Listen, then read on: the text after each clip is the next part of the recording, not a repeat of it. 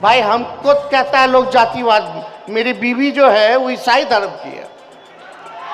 अगर हम जातिवादी होते तो हम ईसाई धर्म में क्यों शादी करते? बताइए, जितने हमारे साथ यहाँ लोग हैं, अगर आप मेरी बात को मानिएगा कि नहीं मानिएगा बताइए। अगर मानोगे तो दोनों हाथ उठा करके बताइए। जितने कमजोर वर्ग हैं, मिलजुल करके रहिए। दंगा फसाद वालों से दूर रहिएगा, मिलजुल करके रहिए। बिहार ऐसा पहला राज्य है पूरे देश में, एक राज्य आप नाम बता दीजिए जहां एक साथ 1,25,000 को नियुक्ति पत्र बांटा गया हो। एक राज्य बता दो। अभी 1 साल ही हुआ। हम लोग कलम बांटने का काम करते हैं, वो लोग तलवार बांटने का काम करते हैं। आप लोगों को तय करना है कि कलम वालों का साथ दोगे कि तलवार वालों का। लोग बोलता था भैया अपना तो शादी कर लिया, बच्चा हो गया, अब हमने के कब रोजगार मिली कि हम भी शादी करेंगे। चटपट वाला सरकार है। आप लोग जान रहे हैं कि पिछले साल भी हमको मौका मिला था सोनपुर आकर के इस मेले का शुरुआत करने का, और इस साल फिर हम आप लोगों के बीच ये अवसर मिला है कि आकर के इस मेले की शुरुआत की जाए। और ये पुराने स्थल है सोनपुर, ये बताने की ज़रूरत नहीं है। ये मेरे पिता की कर्म भूमि भी है। और यहाँ जब हम आ रहे थे, क्योंकि आज मुंगेर गए हुए थे माननीय मुख्यमंत्री जी के साथ, मुंगेर में मेडिकल कॉलेज के साथ साथ अस्पताल का हम लोगों ने शिलान्यास किया। हमारे पिता आदरणीय लालू जी दिल्ली गए हुए थे इलाज को लेकर के, तो बात हो रही थी कि कहाँ जा रहे हो, तो हम बताएं कि सोनपुर मेला जा रहे हैं। तो उनके तरफ से हम आप सब लोगों को शुभकामनाएं जो है देते हैं।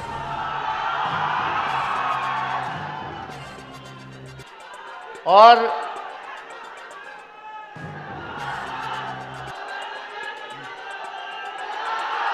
बहुत बहुत धन्यवाद। और ये मेला लंबा चलने वाला है। अच्छे ढंग से बढ़िया से आप लोग जो है मेले का लुत्फ उठाइए।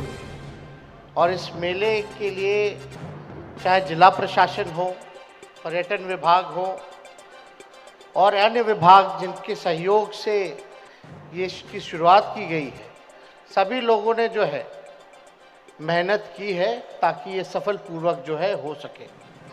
और इस मेले का अपना खुद का इतिहास रहा है। इस मेले में तो मुगल के ज़माने से ही लोग जो है यहाँ पशु मेला लगता रहा है, सब कुछ होता रहा है। लेकिन हम लोगों की कोशिश है कि इस मेले को जो है दूसरे लेवल पे हम लोग लेकर के जाएं और सब मेला से अलग और बड़ा मेला और किस रूप में हम लोग बना सकते हैं ताकि और ज़्यादा से ज़्यादा पर्यटक यहाँ आएँ और लुत्फ़ उठा सकें। हालांकि बहुत सारा पशु मेला से काफ़ी ज़्यादा इस जगह को माना जाता था, लेकिन कई एक्ट ऐसा बन गया, नियम बन गए, उस वजह से ये काम नहीं हो पाता। लेकिन फिर भी हम लोग कानून के मानने वाले लोग हैं, नियम का पालन करना है। और आप सब लोगों से यही दरख्वास्त है कि आप लोग जो है बढ़िया ढंग से, जो भी लोग आए हैं, स्टॉल लगाए हैं, कलाकार हैं, उन सबको एक अच्छे से मेहमान नवाजी करके आप लोग दिखाइए ताकि बार बार उन लोगों की भी इच्छा हो कि यहाँ आए, स्टॉल लगेगा, व्यवसाय बढ़ेगा, लोगों के लिए काफ़ी रोज़गार के साधन उपलब्ध हो पाते हैं, लोगों को मौका मिलता है। तो ये काम तो होता रहेगा। लेकिन अभी सोनपुर मेले में जो आने का मौका मिला है और जो छपरा सारण जिले का जो विकास जिस हिसाब से होना चाहिए, कई माननीय विधायकों ने इस सवाल को उठाया कि भाई इस तरह का काम होना चाहिए। कई लोगों ने बताया कि क्या काम हो रहा है। तो हम आप सब लोगों से यही कहना चाहते हैं, ये महागठबंधन की सरकार नीतीश कुमार जी के नेतृत्व में जो बनी है, आदरणीय लालू जी का जो आशीर्वाद है, और सब लोग मिल करके जो समाज में अंतिम पैदान पे खड़ा जो समाज है, जो बैक बेंचर ऑफ सोसाइटी है, उस गरीब परिवार को हम लोगों को मुख्य धारा में लाने का काम करना है। और एक साल से कुछ ही महीने आगे हुआ है, लगभग 1.5 साल होने जा रहा है, और इस सरकार ने ऐतिहासिक निर्णय लिए जो कि देश में किसी भी राज्य सरकारों ने निर्णय नहीं लिया। वो सरकार बिहार सरकार है, ऐतिहासिक निर्णय लिया और देश को एक दिशा दिखाने का काम किया।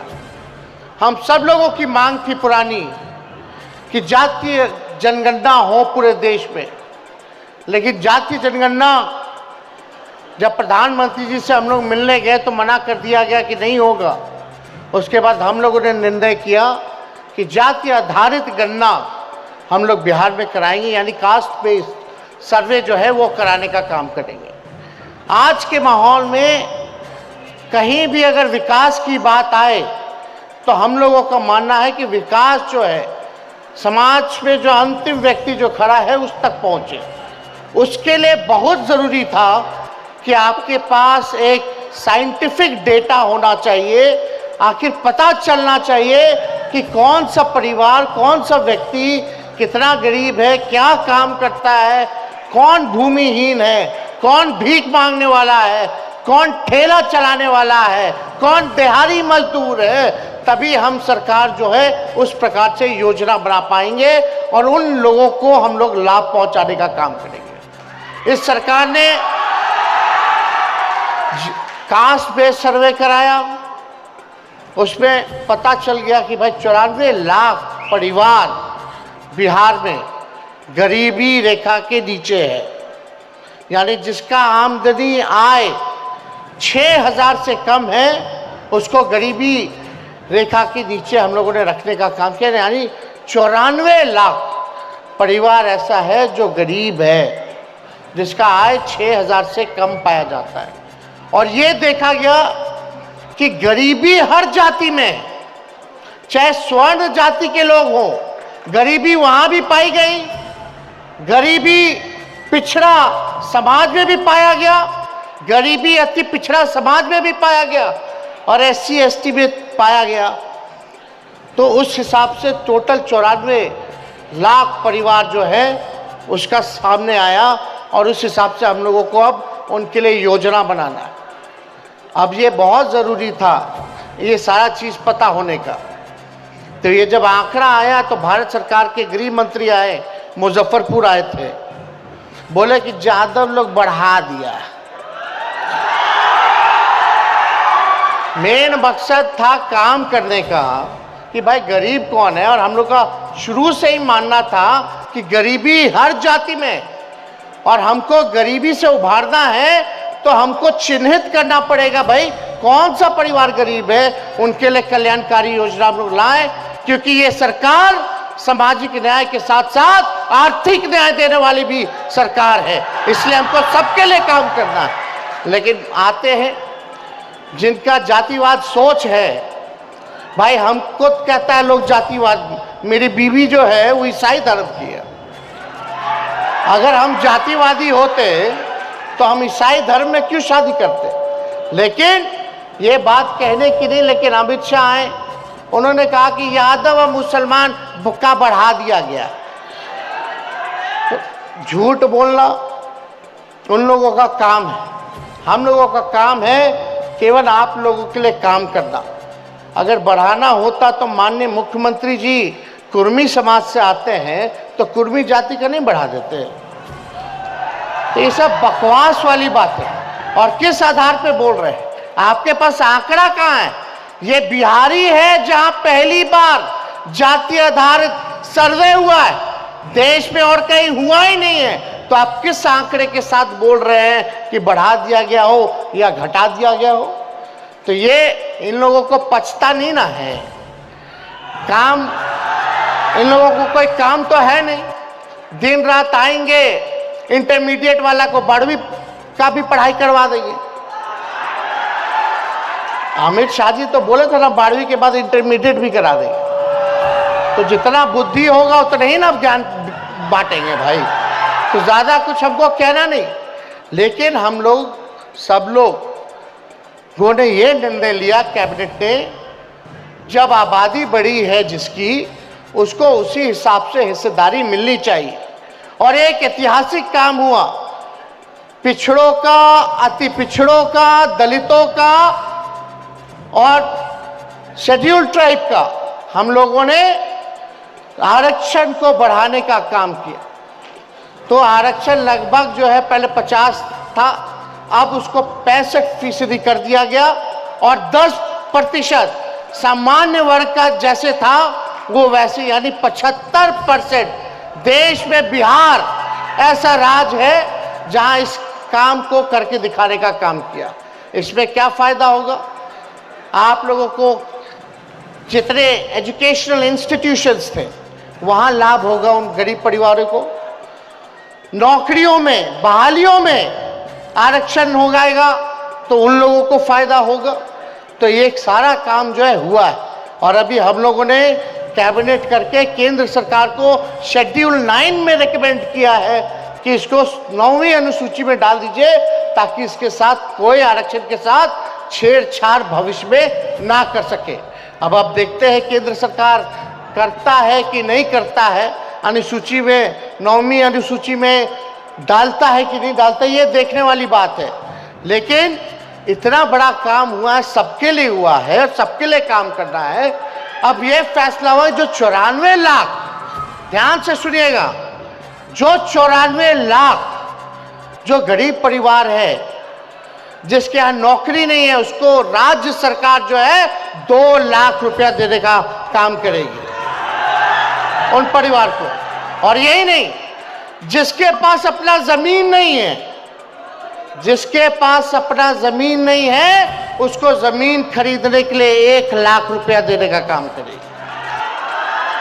और घर बनवाने के लिए, जमीन है, घर नहीं है, पक्का झोपड़ी में रहते हैं लोग, वैसे लोगों को 1,20,000 का मदद करेगी ताकि वो अपना कमरा पक्का बना सके।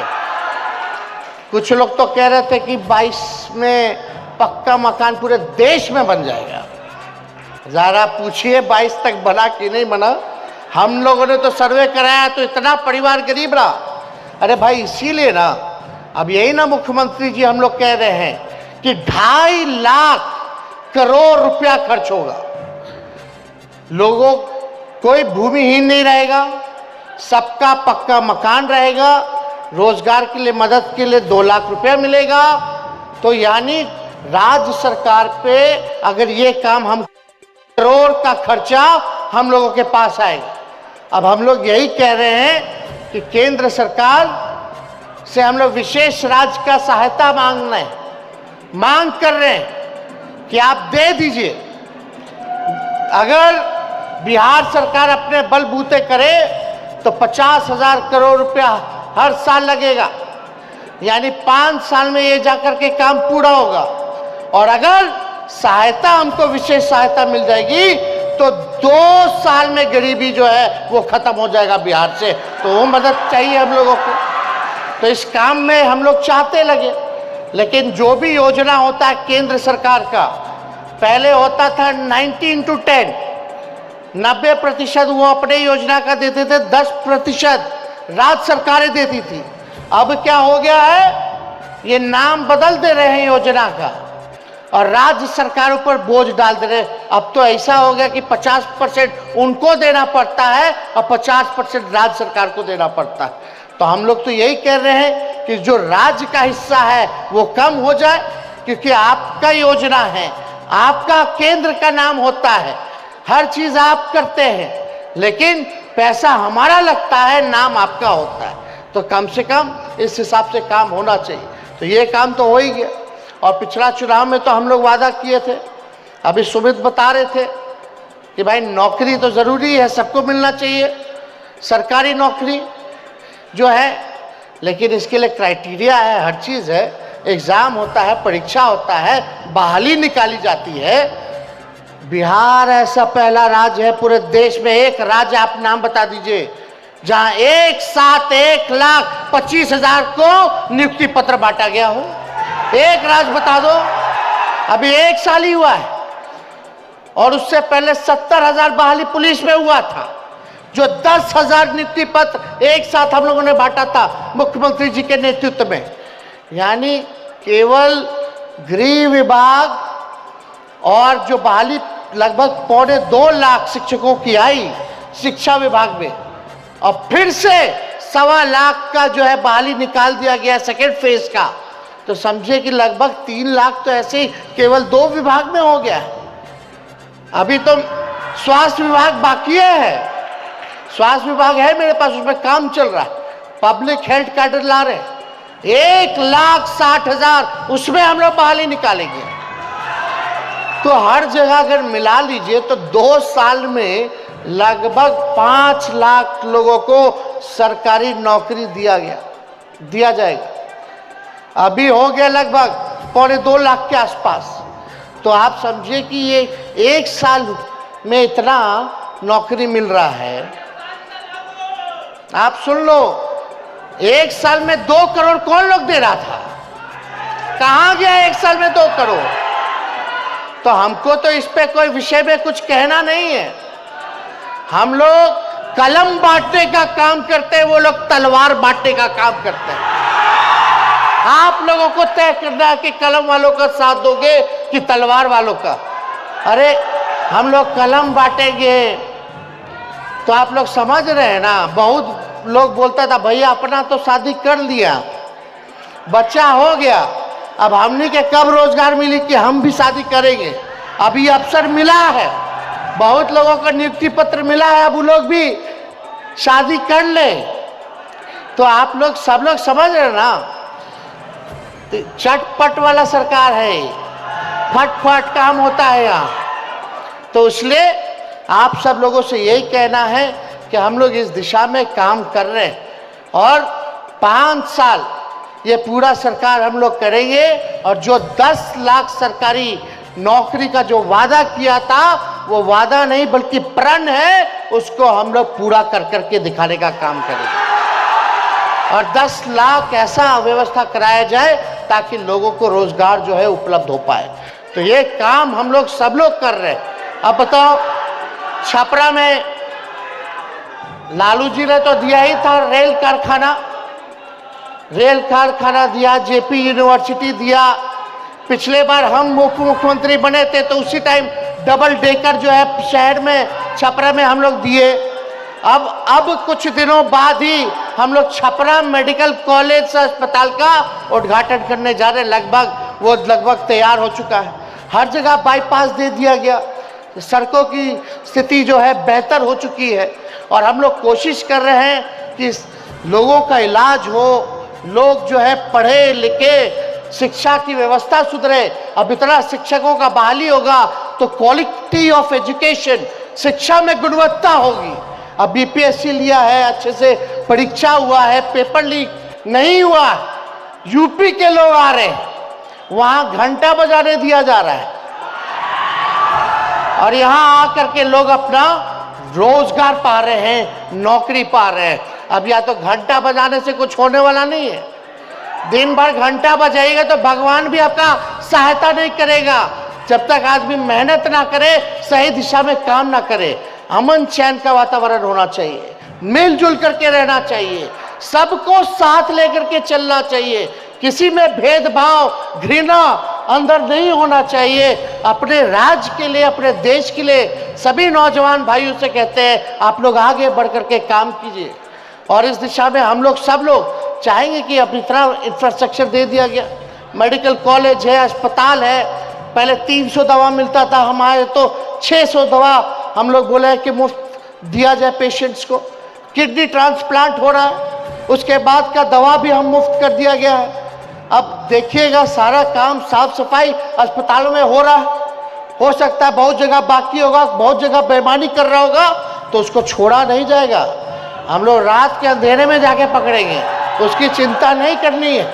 लेकिन हम लोगों का एक ही मकसद है कि बिहार को आगे ले जाना है, बिहार को अव्वल राज्यों में हम लोगों को पहुंचाने का काम करना है, ताकि हम सब लोगों का सीना जो है, माथा जो है ऊंचा रहे हमेशा, और कोई हमें गलत नजरिए से ना देखे। तो इसलिए आप सब लोग यहाँ, सारण की जनता सब लोग यहाँ आए हैं, और जल्दी हमको भी आना है यहाँ बाबा हरिहरनाथ का आशीर्वाद लेने। कुछ दिनों पहले ही लालू जी और हमारी माता यहाँ आकर के आशीर्वाद लेके गए हैं, और हम भी आएंगे अपनी बेटी कात्यायनी के साथ और अपनी आप लोगों के भौजाई के साथ, तो आशीर्वाद दिया जाएगा। तो इसलिए आप लोग मिलजुल करके रहिए, कमजोर वर्गों को, गरीबों को सीने से लगा के रखिए। बताइए जितने हमारे साथ यहाँ लोग हैं, अगर आप मेरी बात को मानिएगा कि नहीं मानिएगा बताइए। अगर मानोगे तो दोनों हाथ उठा करके बताइए। जितने कमजोर वर्ग हैं मिलजुल करके रहिए, दंगा फसाद वालों से दूर रहिएगा, मिलजुल करके रहिए। समझे, कलम मिला है तो खुशियां आई हैं घर में, लोग खुश हैं। लेकिन जहां तलवार बांटा गया है वही नौजवान दंगा फसाद में, आरोप में जेल में बंद है, पूरा परिवार का खुशी छिन गया। इसलिए आप सब लोग मिलजुल करके रहिए, एक रहिए, गरीबों को सीने से लगा करके रखिए। उनके उत्थान के बारे में भी आप लोगों को सोचना पड़ेगा। कोई कमजोर वर्ग का है, किसी जात में भेदभाव नहीं करना है, सबको साथ बना करके ले करके चलना है। बुझाला कि ना बुझाता, तो एकदम रहिएगा कि नहीं रहिएगा। इसके बाद तो प्रोग्राम इधर होता ही रहेगा, 1 महीना तक चलेगा, चलेगा कि नहीं चलेगा। तो शांति से अनुशासित हो करके इस मेले का लुत्फ उठाने का काम कीजिएगा। देखिएगा इधर उधर से शिकायत ना आए भाई। तो आप सब लोगों को तहे दिल से हम धन्यवाद करते हैं, आप सबको शुभकामनाएं देते हैं, बधाई देते हैं। और यहाँ के जिला प्रशासन और जितने विभाग के लोग यहाँ जुटे थे उन सब लोगों को भी हम धन्यवाद देंगे, सभी अधिकारियों को धन्यवाद देंगे। आप सब लोगों का तहे दिल से धन्यवाद, और अपनी बात को हम यहीं विराम देते हैं। जय हिंद, जय बिहार, सोनपुर की जनता जिंदाबाद।